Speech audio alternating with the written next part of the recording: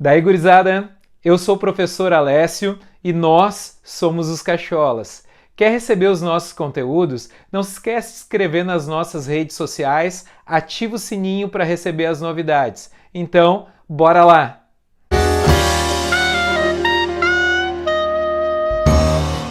Daí, gurizada, tudo bem com vocês? Hoje a nossa aula é sobre campo magnético. E para começar a falar sobre campo magnético, a gente vai falar primeiro sobre o experimento que o Ørsted fez. Depois a gente vai falar sobre o campo magnético produzido por um fio percorrido por corrente elétrica, o campo magnético em uma espira circular e o campo magnético em bobinas e solenoides. Então, let's bora! Bom, vamos falar então do experimento de Ørsted. O Ørsted demonstrou que quando um fio era percorrido por corrente elétrica, ele gerava em torno dele uma região de campo magnético. Por exemplo, aqui no circuito. Quando eu ligo a chave, esse circuito vai ser percorrido por uma corrente elétrica. E ao colocar uma bússola próximo a esse circuito elétrico, ele verificou que essa bússola sofria uma deflexão, sofria uma orientação diferente da orientação do campo magnético terrestre. Então ele abria e fechava o circuito e a bússola sofria essa deflexão.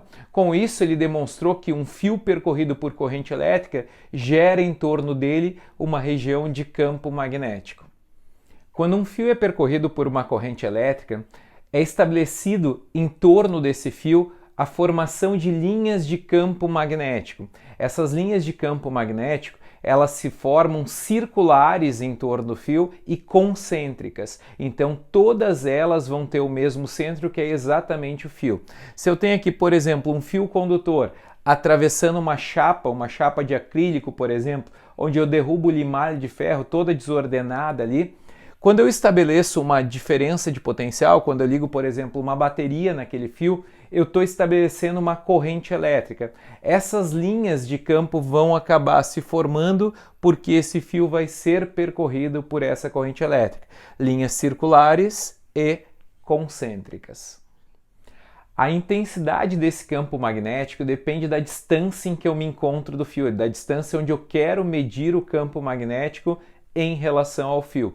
Se eu pego, por exemplo, um ponto P, esse campo magnético ele é dado pela letra B. Ele depende de μ, que é a constante de permeabilidade magnética. Ela depende do meio onde eu estou medindo o campo magnético. No vácuo, a constante de permeabilidade magnética vale 4π vezes 10 na menos 7 Tesla vezes metro por ampere.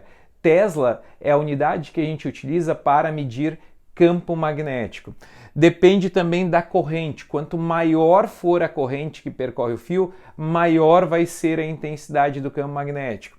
E depende da distância. Quanto mais distante eu estiver do fio, menos intenso vai ser o campo magnético a que aquele ponto está sendo submetido. É importante lembrar que o campo magnético é uma grandeza vetorial, então ela tem módulo, direção e sentido.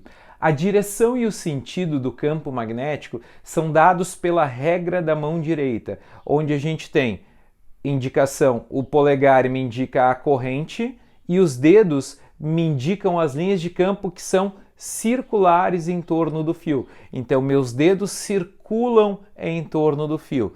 Aqui eu tenho a representação de uma corrente saindo da tela e as minhas linhas de campo estão circulando o fio. Então, nesse caso, elas estão no sentido anti-horário. Meu vetor campo magnético é sempre tangente ao ponto da linha de campo. Então, se eu pego nesse ponto, meu vetor é tangente. Peguei nesse ponto, meu vetor é sempre tangente à minha linha de campo. Aqui, minha corrente está para cima. Minhas linhas de campo estão orientadas novamente no sentido anti-horário. Em cada ponto, para eu achar o vetor campo magnético, ele sempre tem que ser tangente à linha. Se eu olhar como se fosse uma folha, minha corrente para cima, desse lado minhas linhas de campo estão entrando, do outro lado minhas linhas de campo estão saindo. O campo magnético em uma espira circular. O que é uma espira circular? Uma espira circular nada mais é do que um fio enrolado no formato de uma circunferência. E quando ele é percorrido por uma corrente elétrica, ele também vai gerar um campo magnético. O campo magnético em uma espira circular é dado por μ0 vezes I sobre 2 vezes R. Eu não tenho aqui o π. Então, a diferença para um fio retilíneo e uma espira circular, na fórmula eu não tenho aquele π. O que vai acontecer? De novo, campo magnético é dado pela regra da mão direita, corrente, linhas de campo. Aqui o que nos interessa normalmente é o campo no interior da espira. Então, minha espira está sendo percorrida por uma corrente neste sentido, lá no interior da minha espira, em qualquer ponto que eu pegue no interior, minhas linhas de campo vão estar apontadas para a esquerda. Se a corrente estiver no sentido contrário, minhas linhas de campo vão estar apontadas para a direita, mas sempre usando a mão direita, corrente elétrica, linhas de campo circulando em torno do fio. Quando uma espira é percorrida por uma corrente elétrica, a gente pode imaginar ela como um pequeno ímã. Se essa espira aqui que está sendo percorrida no sentido horário, por exemplo, a gente pode olhar, usando a regra da mão direita, corrente, linhas de campo, no interior dessa espira estariam apontando para dentro meu campo magnético. Lembra que num ímã, as linhas de campo vão por dentro do ímã de sul para norte. Então, se elas estão entrando, é porque desse lado da espira que está voltado para nós, o polo magnético que iria aparecer seria o polo sul. Se eu olhasse pelo outro lado da espira, eu veria o polo norte. Se eu inverto o sentido da corrente, é exatamente o contrário. Agora a corrente no sentido anti-horário. Minhas linhas de campo passando por dentro da espira vão estar apontando para fora. É porque quem está olhando deste lado da espira vai ver o polo norte, quem estivesse olhando do outro lado veria o polo sul. Eu construo uma bobina chata quando eu coloco várias espiras coladinhas umas às outras, várias espiras justapostas, como a gente chama. O que acontece com isso? Quando eu coloco várias espiras, uma ao lado da outra, bem coladinhas uma à outra, eu estou multiplicando o campo magnético de uma espira. Eu estou multiplicando pelo número de espiras que eu tenho. Então, aquele campo magnético que era gerado antes por uma espira, agora vai ficar multiplicado. Se eu tiver 1000 espiras, esse campo magnético vai ser 1000 vezes maior. Mas o jeito de calcular é exatamente o mesmo de antes, só multiplicado pelo número de espiras que eu vou ter à disposição. Um solenoide, que também é chamado de bobina longa, ele difere da bobina chata porque essas espiras não estão justapostas. Então, o que eu vou trabalhar aqui é com uma densidade de espiras, a quantidade de espiras que eu tenho por unidade de comprimento. Então, para calcular o campo magnético em um solenoide, eu vou usar a constante permeabilidade magnética, μ, o número de espiras, corrente, e L, que é o comprimento do meu solenoide. Um solenoide grande, ele gera no seu interior um campo magnético praticamente uniforme. Um solenoide, ele é parecido com um ímã.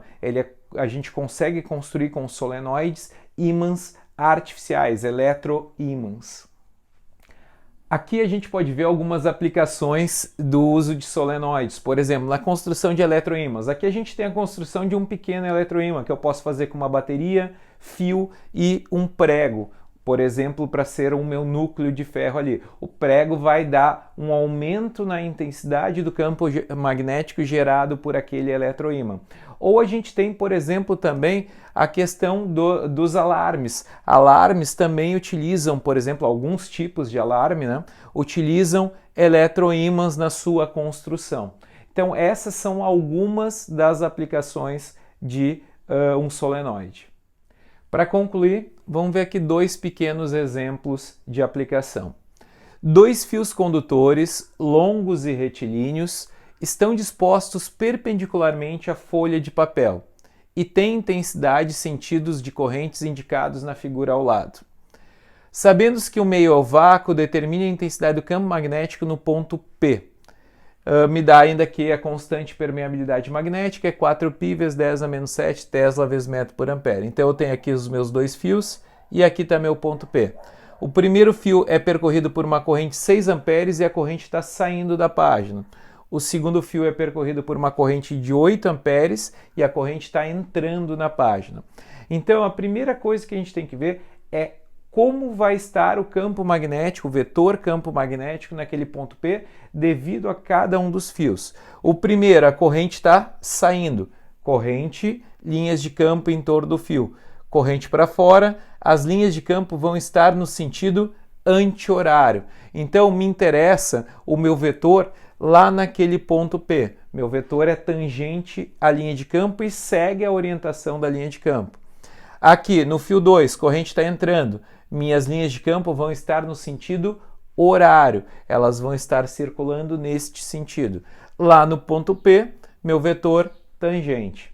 Para eu achar o campo magnético resultante, eu vou precisar calcular cada um dos dois e achar o meu vetor resultante. Aqui, o ângulo formado entre eles, como este ângulo é de 90 graus, este também é de 90 graus. Então, para achar o vetor resultante, projeta um no final do outro. Vetor resultante é um vetor que parte do início dos dois e vai até o encontro das projeções. Para calcular os campos magnéticos, calculando o campo magnético do primeiro, eu sei a corrente, sei a distância, campo magnético 4 vezes 10 a menos 6 Tesla. Campo magnético do segundo fio, sei a corrente, sei a distância, também deu o mesmo valor, 4 vezes 10 a menos 6 Tesla. Agora eu preciso calcular o campo resultante. Quando eu tenho dois vetores que formam um ângulo de 90 graus, para calcular o vetor resultante, basta usar o teorema de Pitágoras. Raiz quadrada de B1 ao quadrado mais B2 ao quadrado, meu campo resultante, 4 raiz de 2 vezes 10 na menos 6 Tesla. O último exemplo, então. Dois condutores retilíneos e paralelos, infinitamente longos, imersos no vácuo, estão separados por uma distância 3A, pelos quais percorre corrente elétrica I igual a 4 amperes. Determine a intensidade do campo de indução magnética resultante no ponto P, mostrado na figura, sabendo que os condutores e o ponto P estão contidos no mesmo plano. Considere a permeabilidade magnética no vácuo, 4π vezes 10 na menos 7 Tesla vezes metro por ampere, e que aquela distância A, aquela medida de A, é 0,3 metros. Então, se eu quero saber o campo magnético resultante no ponto P, primeiro eu tenho que ver a orientação do campo magnético devido a cada um dos fios, ao condutor 1 e ao condutor 2. Devido ao condutor 1 lá, corrente está para baixo, linhas de campo deste lado do fio estão entrando, do outro lado vão estar saindo. Então, o que me interessa é só este vetor aqui, que lá no ponto P vai estar saindo. Devido ao fio 2, corrente está para cima, desse lado as linhas de campo estão entrando, do outro lado, lá no ponto P, vão estar saindo. Então, o que está aqui desse lado e deste lado não está me interessando, só me interessa os vetores lá no ponto P. Como eu tenho dois vetores que estão saindo, ou seja, eles estão na mesma direção e mesmo sentido, meu vetor resultante também vai estar saindo. Para calcular o valor do vetor resultante, o módulo do vetor resultante, eu preciso calcular quanto vale o B1 e quanto vale o B2. Campo magnético. Do 1, a corrente era 4, a distância era A, ou seja, 0,3. Vai me dar um campo de 2,67 vezes 10 na menos 6 Tesla. Campo do 2, a distância vai ser 2A, ou seja, 0,6. E a corrente também era 4. O campo vai me dar 1,33 vezes 10 na menos 6 Tesla. Agora, como os dois tinham mesma direção e mesmo sentido, o campo resultante é a simples soma dos dois. Então, B1 mais B2, 2,67 vezes 10 a menos 6, mais 1,33 vezes 10 a menos 6, 4 vezes 10 a menos 6 Tesla. Gostaram da nossa aula de hoje? Gostou? Deixa o like e segue o nosso canal, continua acompanhando que daqui a um pouco vem um vídeo novo. Até a próxima!